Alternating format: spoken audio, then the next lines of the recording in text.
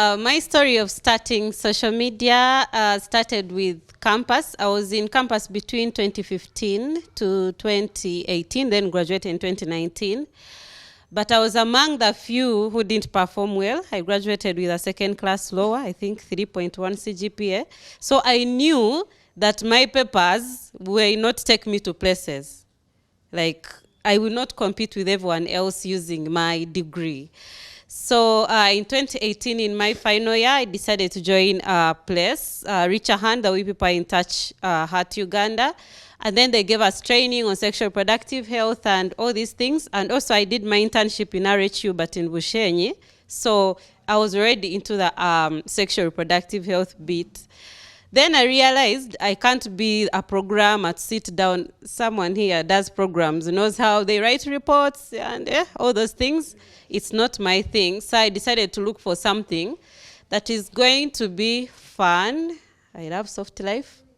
That is going to be fun and maybe bring in the money much faster, because with where we are, like in social media influencing, you're able to work for, last year I think I worked for around 40 clients, and they pay you and you're not the employee, so you can easily work for multiple people on a short contract basis or something, and you still earn. In Reach a Hand, we had a community like for you young people, and then we started sharing knowledge. How do we use our social media? I remember there's one guy, he's called Kasita Mark. He's the one who taught me most of these things. He was like, why should you wake up every day, load your internet, load your bundles, and then not earn from it? I'm like, so what do we do? So he taught me the basics that they were teaching us today, creating a profile. I remember one of my first gigs was here at UYAHF. Come to an event, whatever they are saying, quote, make sure the world knows about what is happening in this place. And when they put me on that gig, I had around 100 followers by then. They usually follow followers, but someone can believe in you. The person who brought me on board was like, this is your time to prove that you can actually do these things. So I did them, and I did well. Then I got recommended for other gigs over and over and over. So my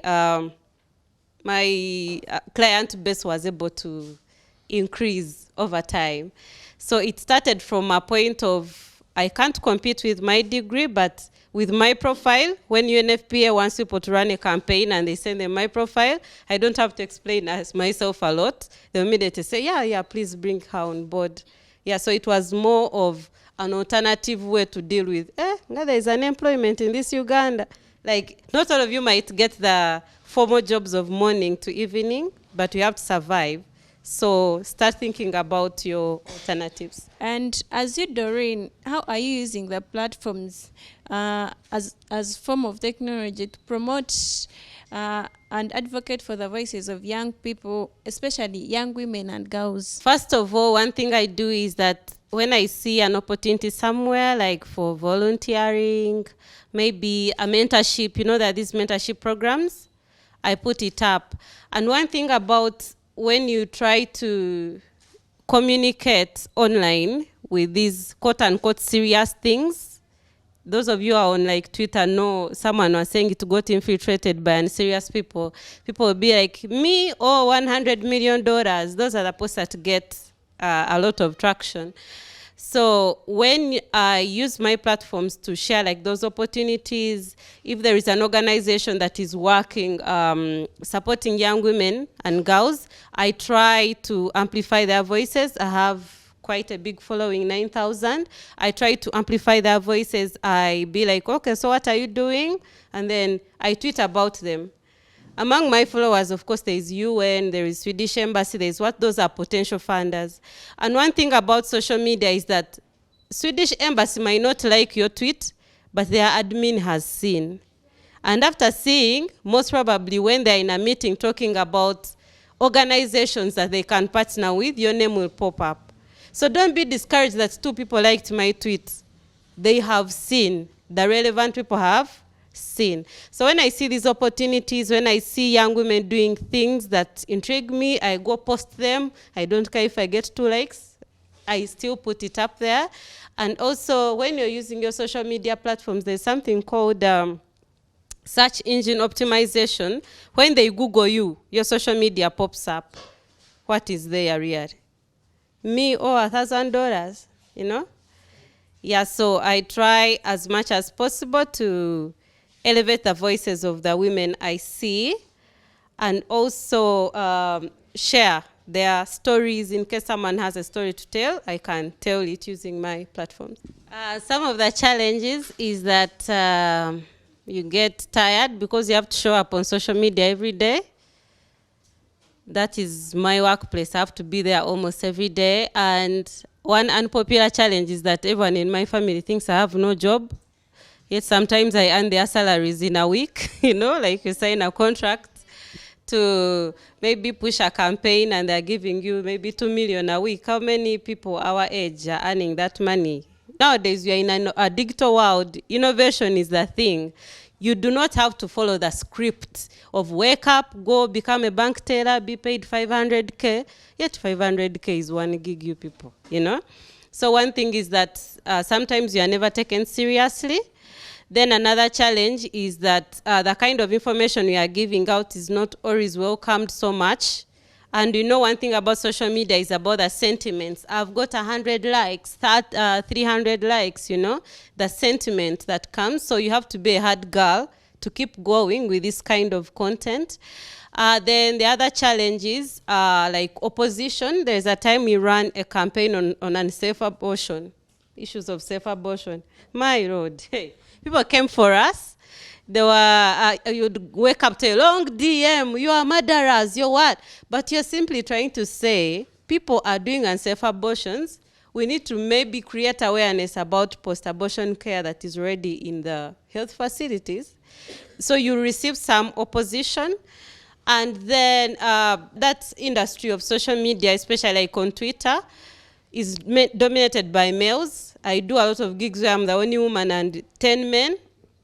Sometimes you're sidelined, and then you people, sexual harassment. These men will say, to put you on that gig list, you need to give me some leg, yeah. So, yeah, those things are there, but if you want to last in that industry, because I've been doing it since 2019 till now, you have to be principled. Then you also experience challenges. Because I do it kind of full time, there are some months my friends will go without a single gig. So when you want to take up this industry, make sure you can save, because you'll make the money and then some days the money won't be there. So you have to make sure you know how to manage your finances. You can save, because like the last quarter of the year when people are trying to spend their budgets, you can make a lot of money. Then the first quarter when they're trying to plan, you'll cry. So you have to have that financial intelligence.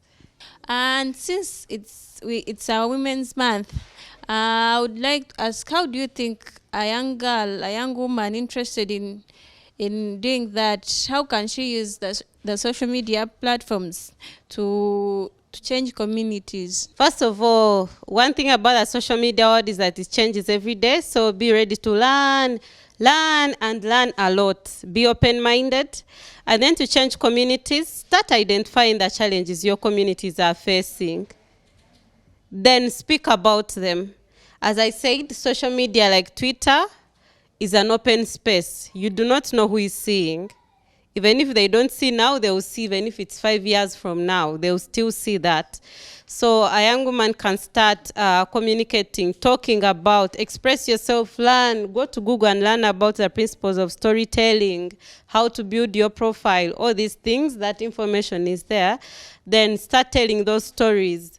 Look for your niche. One thing that affects most, because I've been doing this for this time, a girl comes maybe like the whole 2020, then disappears. They want to do everything. Personally, being into health advocacy, when Gwanga Muje club comes, I don't accept that gig no matter how much it's paying. Because my client, UYAHF, does not want let's call it her. UYAHF does not want her brand to be associated with beer. So when you try to be everywhere, you're going to lose clients. You have to make sure that you specialize, choose your niche, remain on it and keep doing what really, like, keep innovating around it. Don't give us only text. Try to take some pictures, try to record some videos, and make sure also it does not get to your personal life. One reason why I emphasize myself as a Twitter influencer is that I rarely put my life. Maybe you'll see my birthday, a photo dump somewhere. But when a platform like Instagram, which is full of visuals, people who follow Instagram influencers know, being a very visual one, it might creep into your personal life. You find people know your bedroom. They know the color of your bed sheets. I remember I worked at a place. You know this guy called Outa Brian? He's on TikTok, I think. And I told him, I was working with him in that space. I'm like, do you know that you know the color of your duvet, of your bed sheets, of your what? Because of how much you put out there. So as you delve into, if you're looking into going in social media influencing, create that boundary. Know that there's my work life, then this is work, and then there is my personal life. Not everyone is supposed to know all this information about you, because you can easily get depressed. Social media is a bottomless pit. You can never exhaust it. Do what you can and leave the rest for others. And also, as you advance further, most of us here are fresh graduates, others are still in school. As you advance further, there are some posts you look at and they also embarrass you. Bam, you go and delete them or make them to only me. And one thing I didn't talk about social media, if you really want to make it, you have to use the C for consistency. Like, show up every day. Whether 0 people are liking, show up. Because when they start paying you, those people who didn't like will not be there, if you really want to make something out of it.